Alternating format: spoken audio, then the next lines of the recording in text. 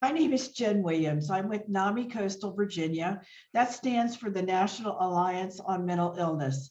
And we offer free support groups and free classes for people who live with a mental health condition, as well as for their families. I want to thank you all for being here this evening, and I want to thank you for submitting some wonderful questions. We're going to try to get to as many of those as we can during this hour. You'll see information and resources in our chat box. Please take a look. We're going to be recording the program, and by the end of the week, we will have it up on our website, which is namicoastalvirginia.org. Equality Virginia has requested that we post a link to their audience evaluation. So those of you who would like to fill that out, please hit the link and let them know how you felt about the program. Our next community program is going to be on July 15th. We welcome you to come to that as well. It's titled, "It's Okay to Ask for Help," a discussion about mental health in communities of color. Our moderator for tonight's program is Cole Werkheiser, who is the past president of Hampton Roads Pride. We have three speakers tonight. The first is Mark Stevens, who is a doer of good deeds in our community in Virginia Beach, and he's the owner of Zero Sub Shop on 17th Street, one of my absolute favorite sub shops of all time, and I'm not just saying that. We also have Paul Jones from Hampton Roads Pride and Dexter Davis from Equality Virginia. Mark Stevens is the creator and sponsor of the LGBTQ Youth Night and monthly Youth Matter meetings at the oceanfront. Paul Jones has been a member of Hampton Roads Pride for about 6 years, and he's been on the board going on 2 years. He's been out since the age of 23, and he enjoys art, movies, music, cooking, and video games in his spare time. Dexter Davis is a transgender man who's actively involved in uplifting his community by becoming a facilitator for multiple transgender support groups. And he's also the founder of the Men in Transition, a nonprofit social support organization dedicated to serving the unique needs of transgender men and transmasculine people within Hampton Roads. I want to turn the program now over to Cole, who's going to be taking it away from here. Thank you, Cole. You're muted. Oh. There we go. Sorry about that. Thank you so much, Jen. It's my pleasure to get us started today and moderate this session for the next several minutes. And I appreciate the everyone that's participating today, and look forward to a nice discussion. So obviously the last 12 to 18 months have really changed all of our lives. And so the first question I thought that we should get started with would be, how has COVID impacted your mental health?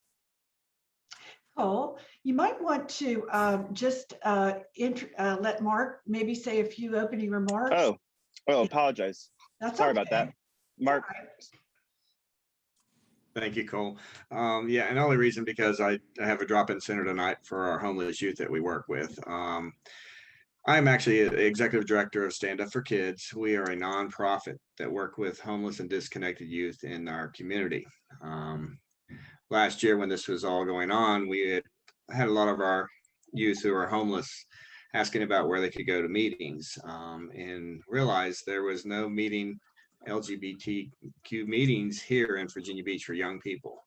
So me and my co-executive director came together and started to figure out what we could do to make that happen. Obviously, there wasn't a lot we could do last year because we were locked out of our drop-in center because of COVID, but we had at least time to plan and get together and decide that, we definitely needed this. So we partnered with the LGBTQ Life Center down here in Norfolk and asked them to join us for a drop-in center. We've opened our drop-in center in May. It was the first time we were able to do that, and we had 5 youth join us at the meeting. This month, June, we're still in June, we had our second meeting, and we had over 18 kids that showed up. 5 of them were our original youth that showed up in May, so we were happy with that. We have different guests that come in. Michael from the City Council joined us this month. I'm pushing the month away. We have 2 police, 1 police officer, 1 sheriff that joins us at the meetings. They're both liaisons with the city. and they're going to be active in all our meetings, and we will be doing it the third Wednesday of every month. And you can find us on our Facebook page, and I got it under U/LGBTQ plus meetings, and you can find that on Facebook. You can get more information there and come out and join us. Right now, the meetings are open from anybody from 18 to 12 to 18, sorry.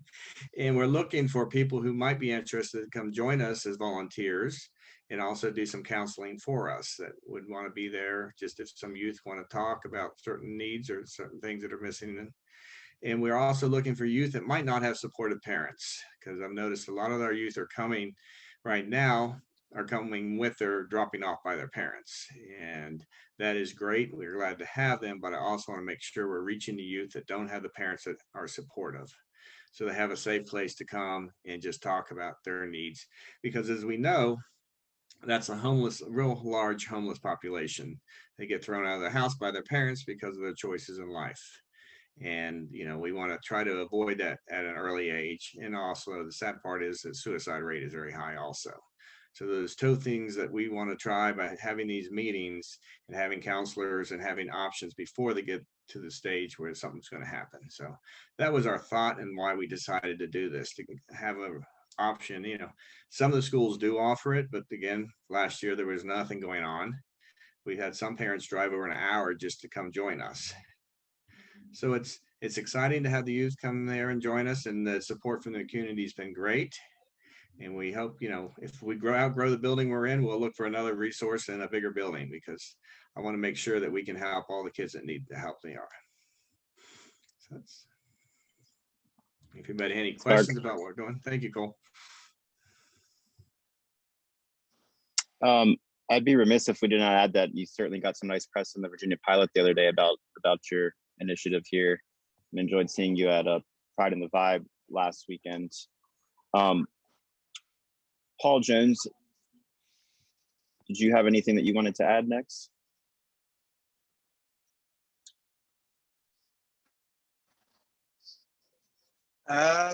Just want to say thank you for actually having me. I've been out since I was 23, which is, don't do the math, it's a long time ago. But I've seen that, I like the fact that we have our Pride organization, and that we're so open about being accepting and making sure that everyone feels comfortable and welcome.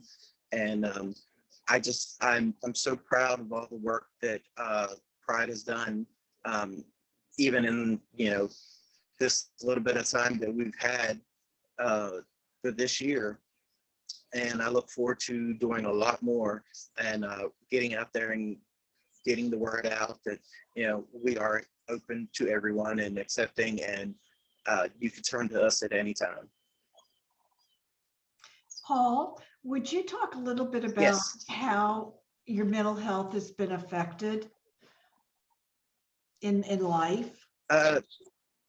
Well, in life, I really didn't understand what depression was for a long time, because I grew up kind of in a Southern family, and men didn't talk about their feelings. You kind of just bucked it up and you went about your day. I didn't really understand what depression was, and so probably in my late 30s, and saying, I can't get out of this. What do I do? What kind of things can I do to get myself back to the person I used to be? Take you from one person to another. And I really closed off. I think we may be having some technical issues. Not really open, being a great support system. Paul, why don't we come back to you in a second? Everything good? Looks like internet's having a little bit of difficulties. Yep, I think we were having some Oh. technical difficulties there. Okay. Next is Dexter Davis. Dexter.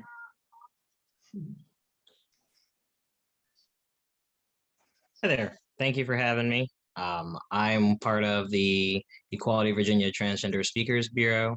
I also am a part of a trans masculine fraternity, as well as working with a group of guys here that also do outreach.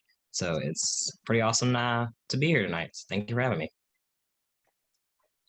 Thank you, Dexter. Can you talk a little bit about your mental health journey, Dexter?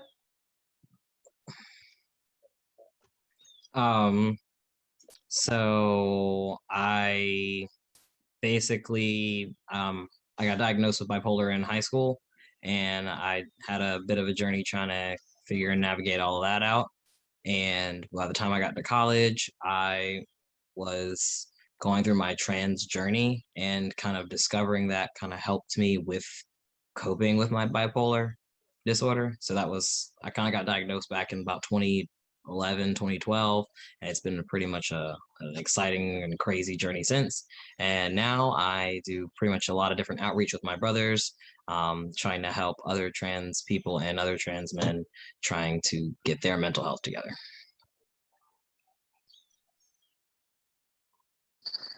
Thank you, Dexter. Jen, did you have any other questions that you wanted to add in before we get started here? No, go right ahead, Cole. Great. Well, I apologize to jump the gun a little bit earlier and dive into the questions. But as I was saying, the last 12 to 18 months have really changed all of our lives significantly. And it was certainly my first pandemic that I've been through. And so I wanted to just start and have the first question be, how has COVID impacted your mental health this past year? And feel free to chime in. Anybody want to go first? Dexter, or either Paul, Dexter. Paul. I'll go if you can hear me. Yep. Can you hear me? Yes. Okay. Hi, Paul. Hi, Cole. Well, COVID really kind of put a major damper on my mental health, because I was so used to going out and like being around and just like enjoying everything. And it kind of like I was more staying at home, and I was keeping everything in, and started kind of getting back to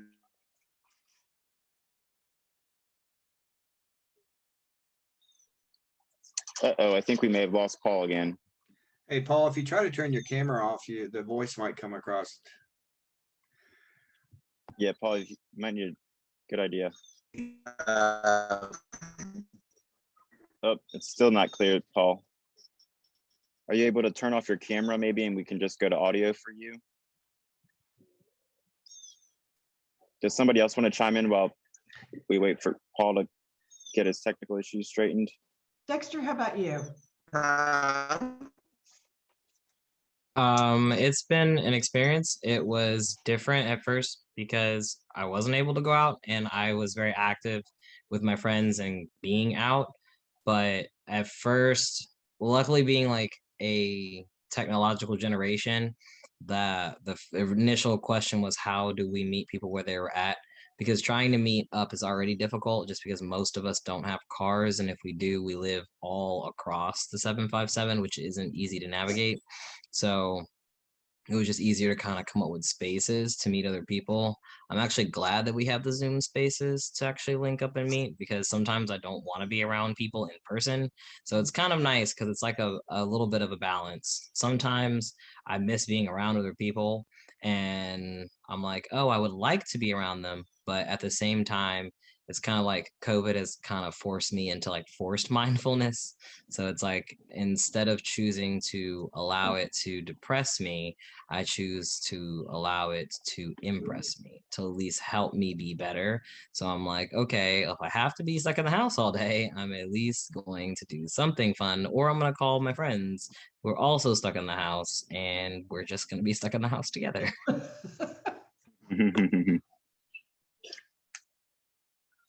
Mark, did you have anything that you wanted to add? Yeah, I'm going to throw it in there because it was definitely different.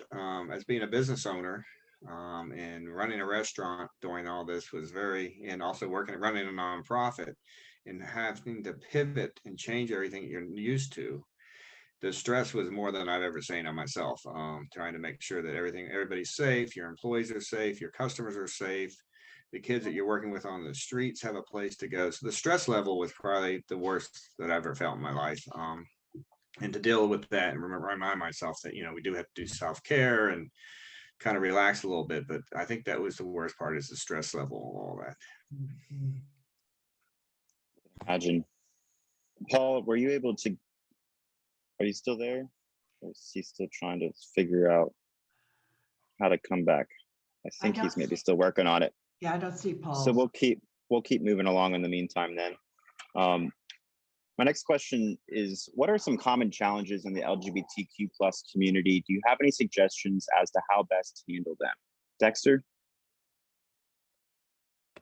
So in relation to mental health, for some people, it starts with just acknowledging that they have a mental health concern. As Mark had mentioned, when you have a lot of people that experience homelessness, whether they experience it as youth or they experience it in adulthood, it's very damaging and it becomes cyclical. And many of us have experienced homelessness and aren't really aware of how much it'll affect you. In the queer community, when you become one more part of a marginalized community, there's those added stressors. So whatever you're already, whatever your intersections already are, you're just compounding it by this identity. So for example, me being a queer Black man, sometimes that extra added stress, it's like, okay, I have this expectation, that expectation. I don't really know how I want to perform. And on all of this, I'm trying to maintain a sense of sanity. So doing this in a day and age where nothing is normal, it's been challenging. Because normally when you're looking at mental health, people try to find safe spaces. All the safe spaces are closed. So now you're like, well, I gotta figure out something. And that's been one of the nice things about being online, is that sometimes the visibility is a little bit more accessible. I did not start my transition in Virginia. I did mine in New York. The culture up there is completely different. Most people know what cisgendered is. It's not a conversation. Like, people naturally say their pronouns. It's not surprising. And it was a small college town that was paid for by the colleges. So this is common every day. Like, this is normal. Nothing's weird. When I came back down here about 5 years ago, coming back home from going to school for a little bit, it was a complete different culture shock, because there are people who are in the queer community and don't have the vocabulary for the community. So it's like, wow, like, wow, here we are. You have these feelings and you don't even have the vocabulary sometimes to express how you're feeling. Then you don't even have the tools to express what you're feeling, or at least the tools to fix your problems. And then when you have this identity in which you're not sure who to communicate with, then you run into substance abuse, you run into just other self-deprecating behaviors. So I would say, as a LGBTQIA queer individual, the mental health crux starts, and then you end up seeing things like substance abuse, things like homelessness, job instability, lack of adherence to medical care in any way, shape, or form, difficulty getting medical care in any way, shape, or form. And then it just snowballs into this entire cycle. Just to kind of follow up on that, how as far as common challenges go, do you have any advice or suggestions how to best handle them? Don't be silent. They say that it's just different ways of saying the same thing. When they say closed mouths don't get fed. Essentially, if you don't reach out, if you don't reach up, you can never step up. And most people aren't really trying to hurt you. It's unfortunate when systems fail you, but you don't know. And the shame that comes with it is more internal than anything else. So if you're struggling, it's best to reach out, and then you keep asking, and you're going to be told no. You're going to be told no. It's not going to be easy, but to keep reaching out, eventually you're going to find the tribe for you. You're going to find awesome people who have the same things in mind, challenging you towards something like there's your goal. It was explained to me by one of my big brothers just more recently, because I really felt for a long time that there wasn't a place for me. In the African Yoruba tradition, there's this belief that when a child is born, they show you kind of who they are. Your job as the village or as the people around them is to see what the child does and pivot. And every time they do something new, give them an opportunity to reveal something about themselves. They like to play with blocks. See if they like to do that for a long time. They might be a builder. They might like to play with paint. They might be an artist. You reveal yourself to the community. It is our job as your support system to help you reveal more of who that is. And it took me becoming an adult to realize that you have to be okay telling people around you who you are, because more often than not, especially as adults, like we more often than not kind of know what you're going through. Like, even though it's fake it till you make it, little do you not know, behind that mask, more often than not, people are going through the same thing. They just understand that it's about survival, and people want you to thrive, but you just have to be able to say, hey, I need some help. And people are like, all right, let me help you. So Paul, the question, I think Paul Jones joined us back. Well said, Dexter. I agree. But I think Paul Jones was able to join us again. And Paul, the question that we were discussing was, what are some common challenges in the LGBTQ plus community? Do you have any suggestions how to best handle them? Is there anything you'd like to add? I would say honestly that people need to be more educated as far as things go. As like, I am HIV positive, and a lot of people still have that perception that being positive is somehow unclean, and I think that the community itself would prosper a lot more if they actually educated themselves as far as what can be done, and how we could prevent other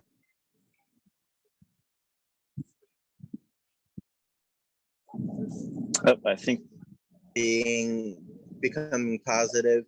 And oh, you're so attractive, too bad you're positive, I could have dated you, but because of this you're not dateable.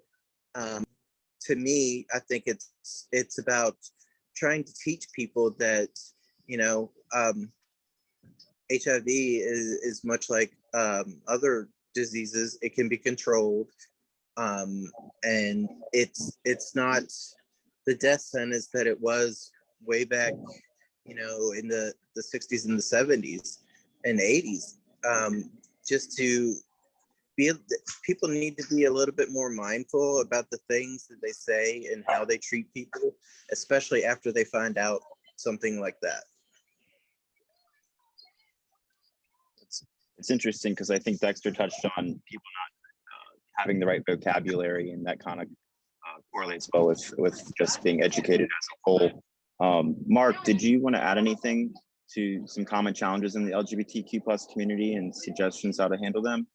A lot of what I've noticed with the youth that we're working with, especially the recent group of kids, is the amount of self-harm they're doing to themselves. Say cutting and things like that. And I think the biggest problem is the lack of resources to get the youth to them, especially last year, but to get the knowledge and, what can happen and where you can go with your questions, because I think there's a lack of finding out the right information. When I was setting this up and trying to learn more about it myself, I learned it was hard to get information. It's hard to get people to tell me where to go to get the information to be able to help the youth. And I think that's one of the things that are lacking is more resources.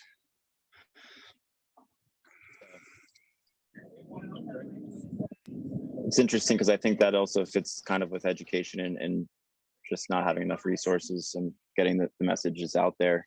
The next question is, have you had any difficulties in regard to your workplace, and how have you all dealt with that? Let's start with Mark first, since you were Really last. couldn't answer that question really. Sure.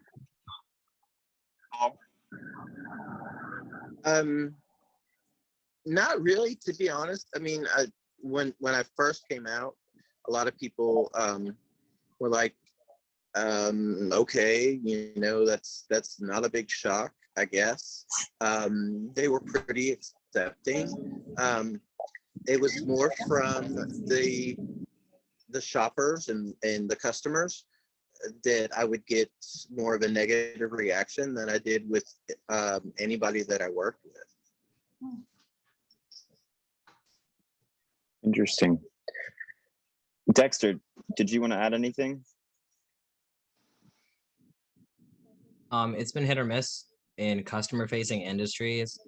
For the most part, employees are decent. I've actually had more of a headache being a manager, having employees, just because when you're above them, it's easier for them to feel that they can say something about you. And you realize it's not really about whatever they're talking about. It's more like their own insecurities.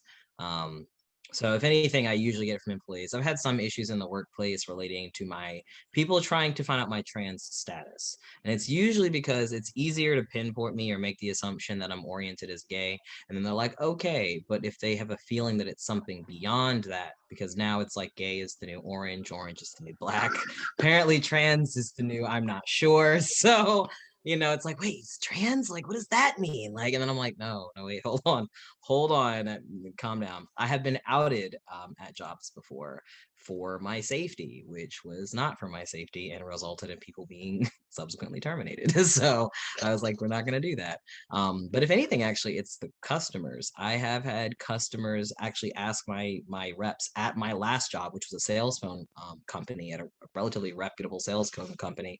So, you know, I try to remind people like this happens everywhere. I would have plenty of customers who assumed that I was gay and would say something to my employees, and they would be like, first of all, it's 2021. You tried it. Second of all, I don't have to sell you this phone, so like you tried it.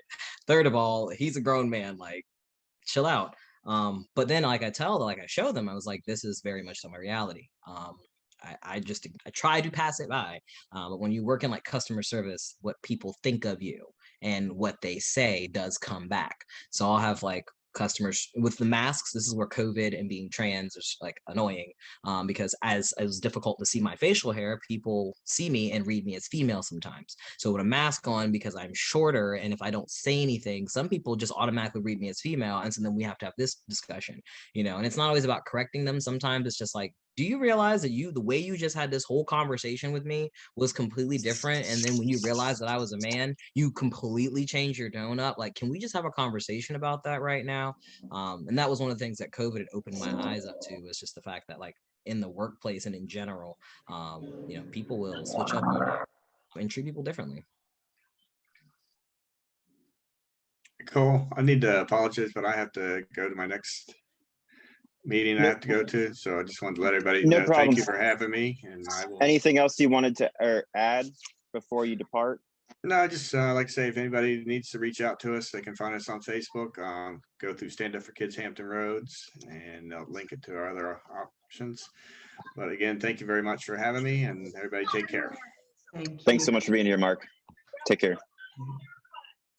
So the next question, and feel free just to respond, and if you don't have an answer, that's fine too, and we can move on to the next one. But the next question has to deal with eating disorders. And the question is there a correlation between eating disorders and the LGBTQ plus community? We'll start with you, Dexter. Do you have anything to comment on?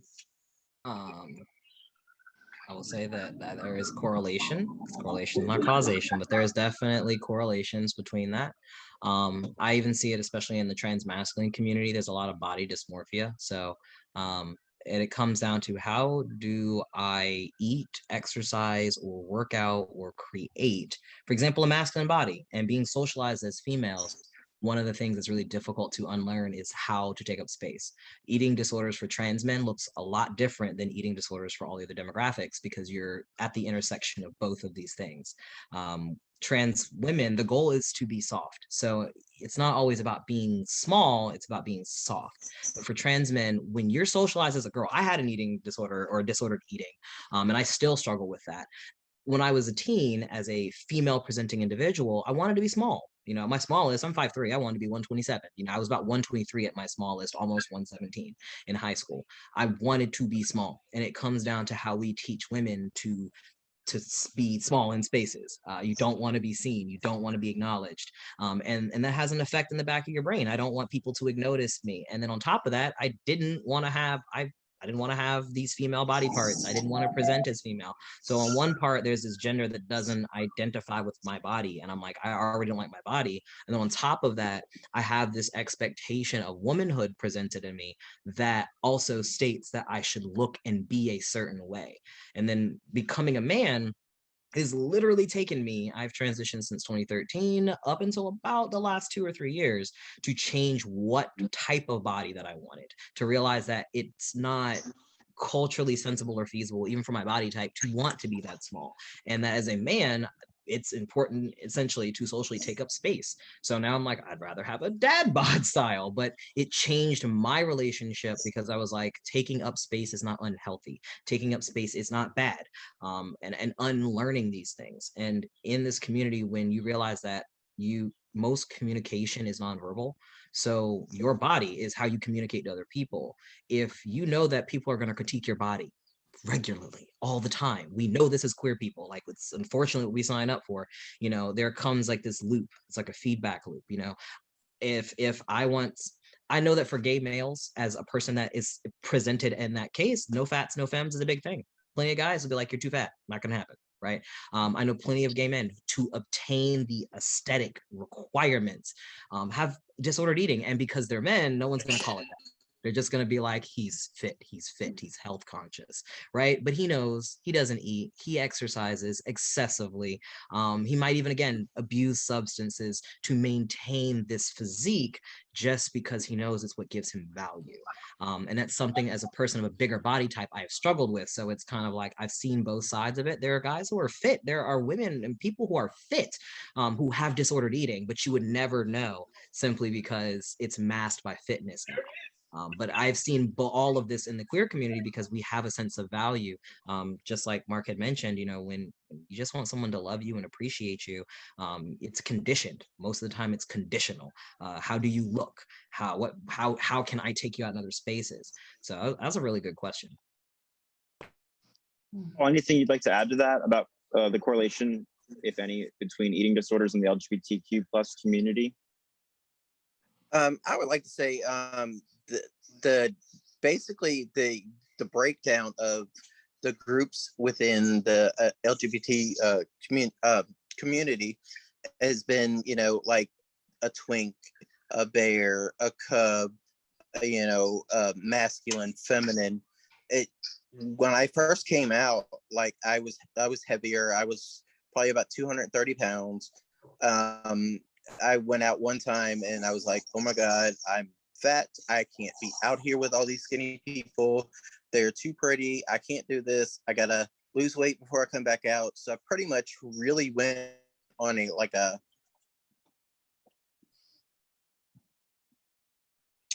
Uh-oh, we may have lost Paul again. I know he lives out in the country, so maybe. Paul, What's your thought, Cole? I would love to know your thought on that.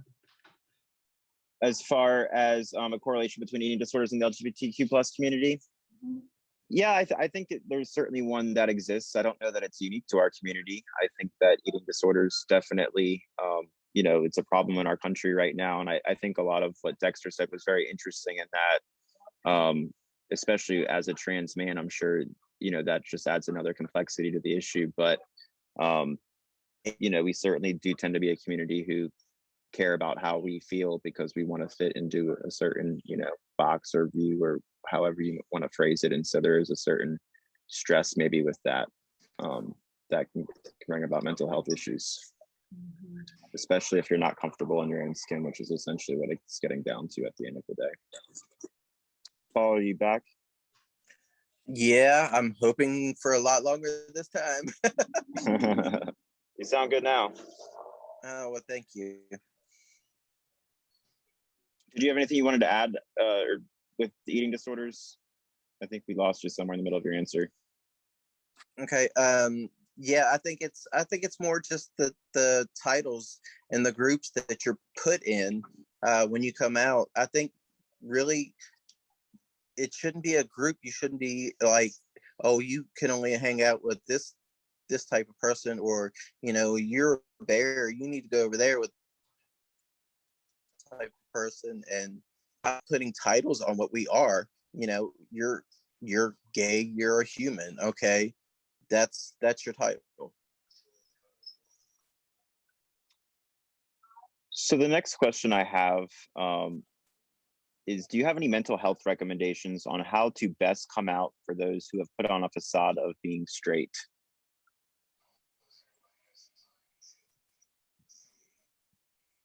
Dexter, Paul, any mental health recommendations on how to best come out for those who have put on a facade of being straight? I would say, honestly, practice with a friend before you actually go and talk to your parents. Because I came out to one of my best friends. And it was so easy just talking to her. And she listened and gave advice and made coming a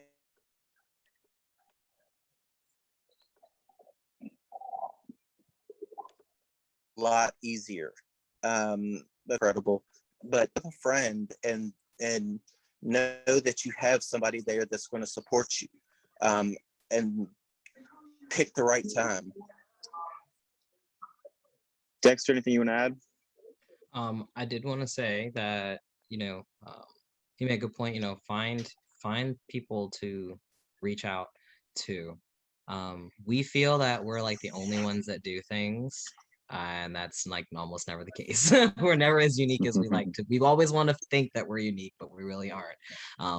And if you say, like, for example, you might say the facade of being straight. Some people might say you're in the closet, you're undercover, you're down low. We now call that discovering and learning, because you're discovering who you are and you're learning what your preferences are, right? There's all different ways to say, I don't know what I like and I want to just explore that.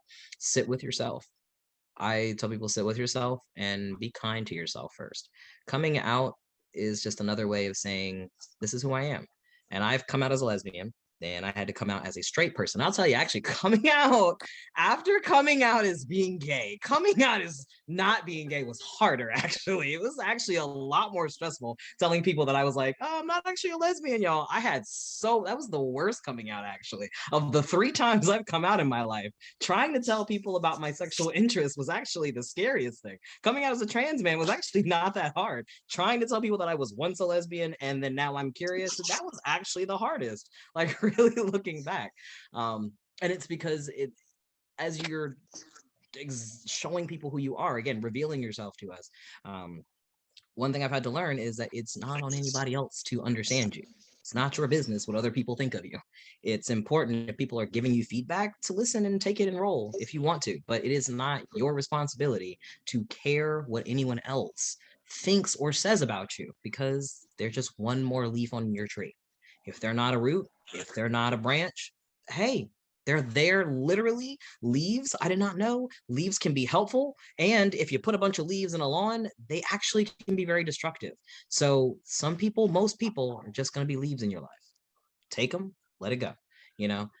As you're discovering who you are, more often than not, the older that people get, the more comfortable that people become, they start to realize that they're flexible, and somebody trusts them. They get this trust. I tell people, I transitioned early. I'd rather do it early and have a good time than spend years just being in resentment. Sit with yourself, be kind, find yourself a tribe that loves it. And at the end of the day, if they don't understand it in that moment, give them that space, and just remember, you're enough. Period. That's it. Like, there's no condition. You are enough. Period. Absolutely.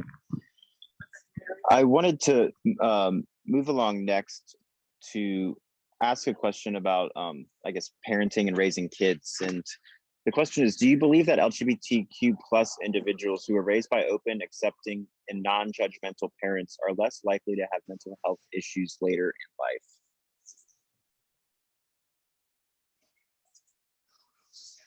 Paul, do you want to go first? Sure. I think that having that support system from your parents is an amazing thing.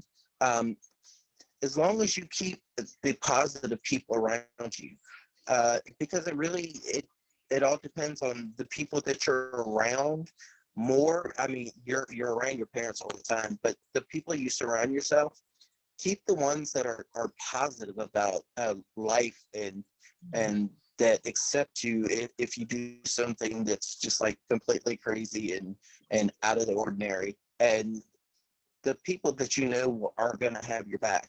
Not everybody's a real friend as they present themselves, but you learn the older you get exactly who is a real friend.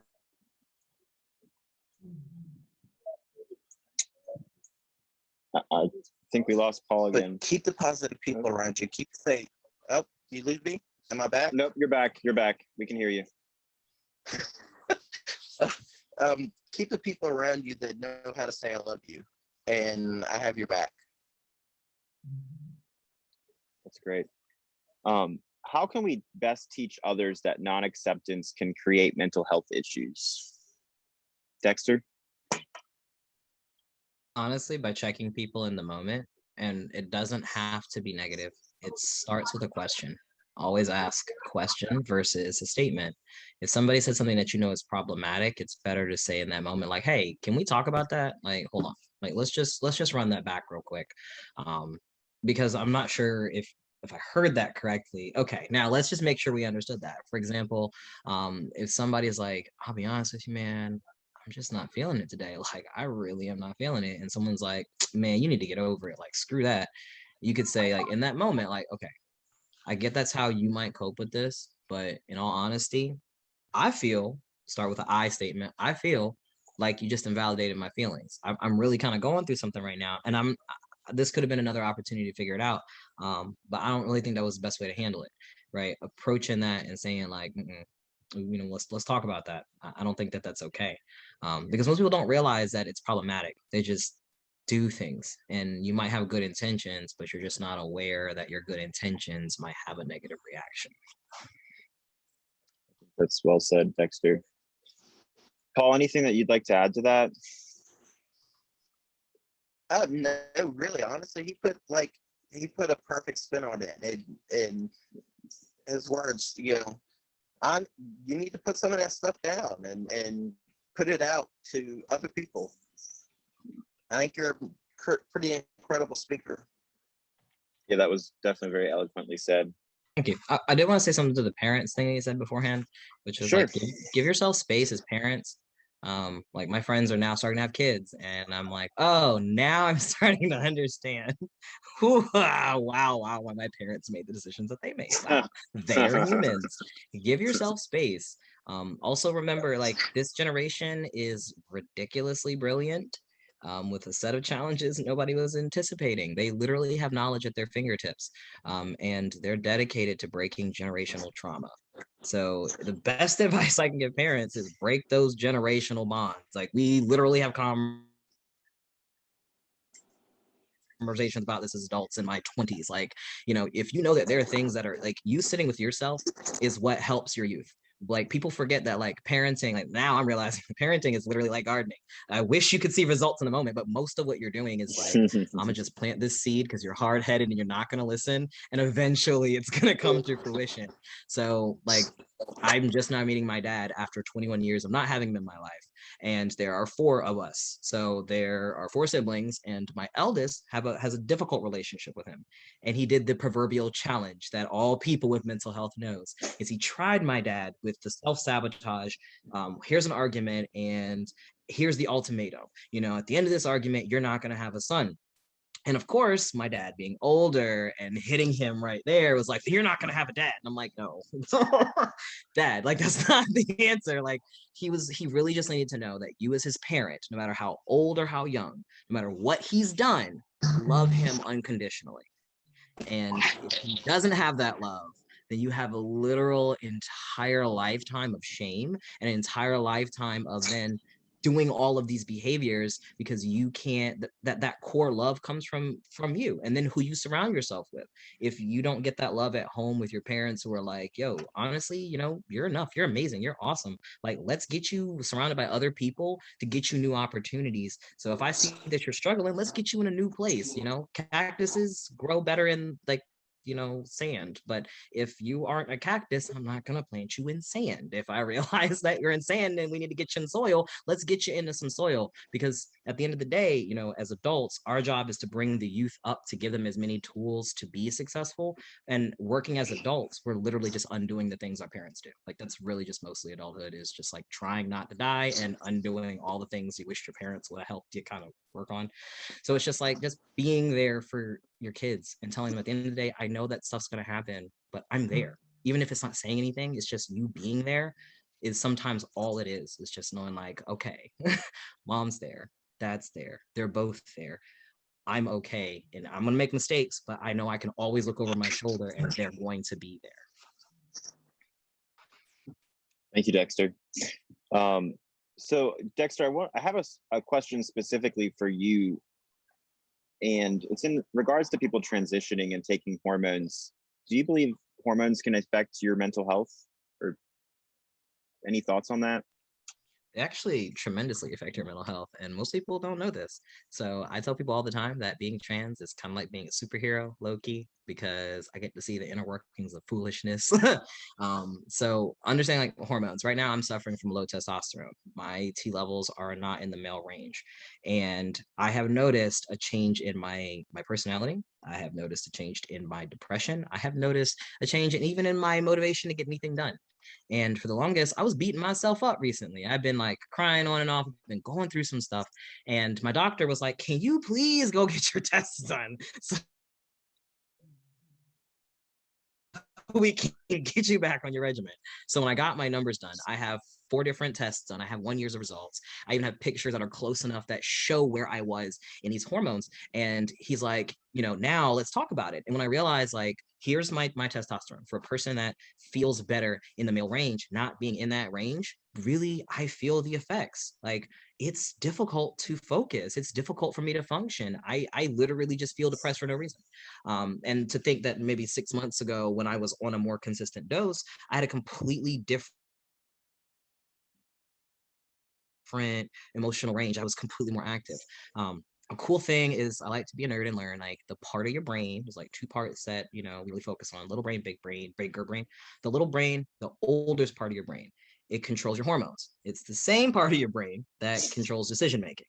Okay. This is the part of your brain that advertising is speaking to. It does not have language. The part of your brain that says, like, that doesn't feel right and you don't know why, it's because it's the part of you that's literally on autopilot. You go to work and have no idea how you got there. Basal ganglia totally knows what you're doing, right? Most of your life is that part of you that's just instinctual, that part of you that's habit forming. Then there's the little brain that's whole job is like, I don't know why we did that, so my job is to figure out why we did that. Basically, little brain's like a toddler and the bigger brain's like a parent. Like, I don't know what you're crying, but I'm trying to figure it out because everybody else is trying to figure out why we did this. Understanding that helps me talk to people, but also communicate with people. I feel more in control of my mental health. When you talk about things like cutting and doing that, it's a lack of control as well. I've had so many resources. Doesn't mean that at 2:30 in the morning when I'm having a self-destructive moment, that's going to change, right? Being open at 2:30 in the morning is not going to change my self-destructive behavior because I still haven't changed that behavior. I still haven't addressed it. So when it comes to just, you know, all of that, being able to know that there is a chemical thing happening. Like, it's not just about taking medicine, eating the right foods, eating things that are good for your body, reducing sugar. I literally watch documentaries on how sugar artificially increases your hormones and negatively affects your mood, and in some people, depression. So something as simple as just changing your diet. That was the first thing I did. I don't even take any, for me, I had to switch off of medicines over time. My doctor helped me get out of them because I wasn't appreciating the side effects, which had to mean I had to change my diet. I needed to be on hormones. I needed to be consistent with it. And as a trans person, we have to do this. But for people who aren't trans, most people don't ever think that maybe I have a hormone problem. Like maybe the food that I'm eating is actually causing a hormone problem. And maybe that's actually partly why I feel like this. So, you know, whether it's the hormones in the food that you eat, even just exercising releases testosterone. Testosterone in everyone, it's an energizing hormone. It literally, its job is to do that. So just having that knowledge sometimes can help you feel a little less crazy. In my transition, being armed with all this knowledge makes me know that I'm just having a human experience. It's not a man experience, not a woman. I'm just having a human experience. Thank you for sharing, Dexter. The next question I have is, what advice would you give LGBTQ plus youth today that you have learned along the way, and how do we best support them? Paul? Be yourself. Don't hide who you are. Express yourself the way you need to express yourself, but don't. I guess to me, just say, "Hey, mom, dad, sister, brother. This is who I am. This is how I'm expressing myself right now." And say, I understand you have questions. I will try and answer any question you have, but let me be me. I'm letting you be you. So accept me as I am and love me as I am, because I love you the way you are. Thanks, Paul. Dexter? There's more. There is always more to life. Little do you not know. And being young is actually the smallest part of your life. And if anyone had told me that getting older actually is a lot more lit sometimes, I wouldn't have believed it then. I got to see some youth before COVID, and to see that sometimes, you're going to have an effect. Well, it's hard to love. You can't love somebody if you don't love yourself. And it's partially true. You will learn to love yourself over time. It's not something that you're going to wake up and know how to do. All of us can tell you it's a lifelong journey. But just as we said, surround yourself with awesome people. The top 5 people, you got 5 fingers, top 5 people that are directly related to you are going to impact you, and they show the most about who you are. So who are your top 5 players? Who are your 5-star players? Surround yourself with good energy. You're going to get that good energy back. And at the end of the day, aging is really like fine wine. It doesn't have to be like milk. It really is like fine wine. Well, I'll tell you, you will find where you belong. And that messy experience, that craziness, that is where you're going to have all of the meaningful experiences. It sucks in the moment and it's okay. But each of those journeys you were destined to be on. So live it. Have a great time. Thank you. And my last question for tonight is, in your opinion, how could school counselors and psychologists better support LGBTQ plus students in school? And I'm sure this one could probably maybe even be a whole separate session, maybe. Paul, do you want to start? I'll go first. Sure. Yeah.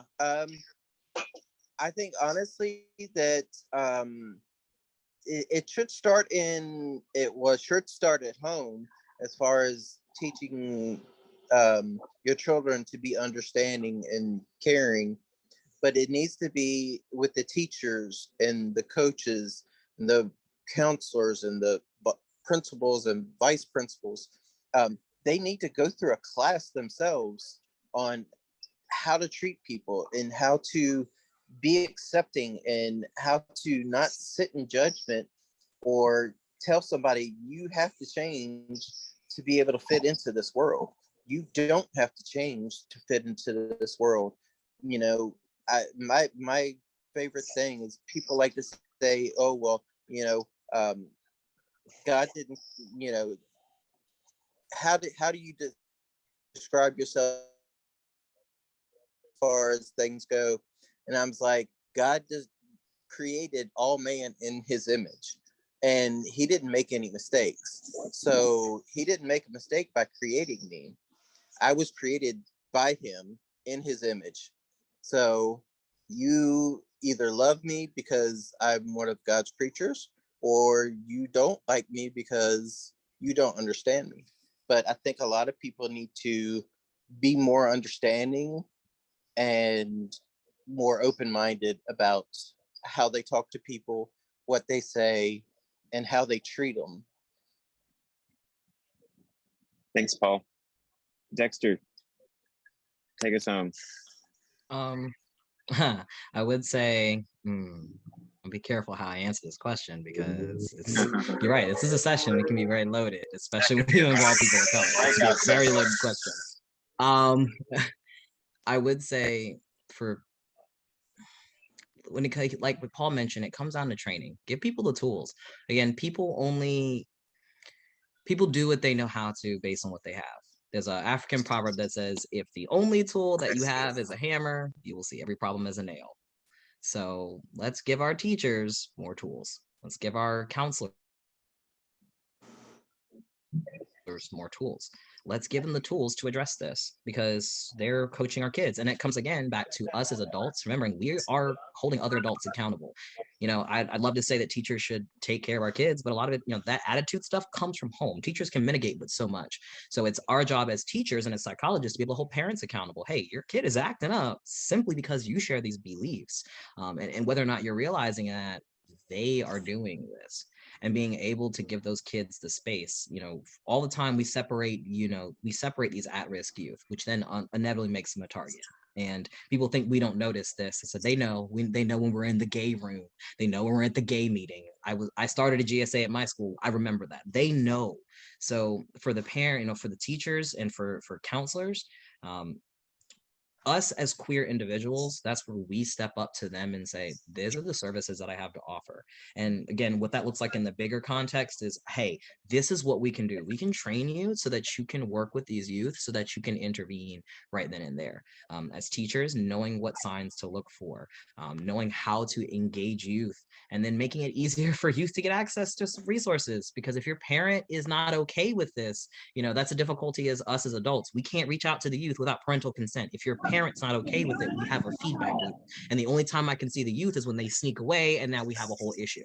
So it's about, being able to share in accountability. We are the tribe. We are the village, right? This is not on the kids. This is not on the children. This is not about them. This is about us as adults holding other adults accountable. Us as adults having those conversations, us as adults having those courageous conversations to say, honestly, as much as I wish the counselors and therapists could do it, in reality, those teachers are my friends. You know what I'm saying? I got kids. And as an adult, I should say, I want to be a good example because I want you to be a good example. So I want to be better for them so that they can do their jobs effectively.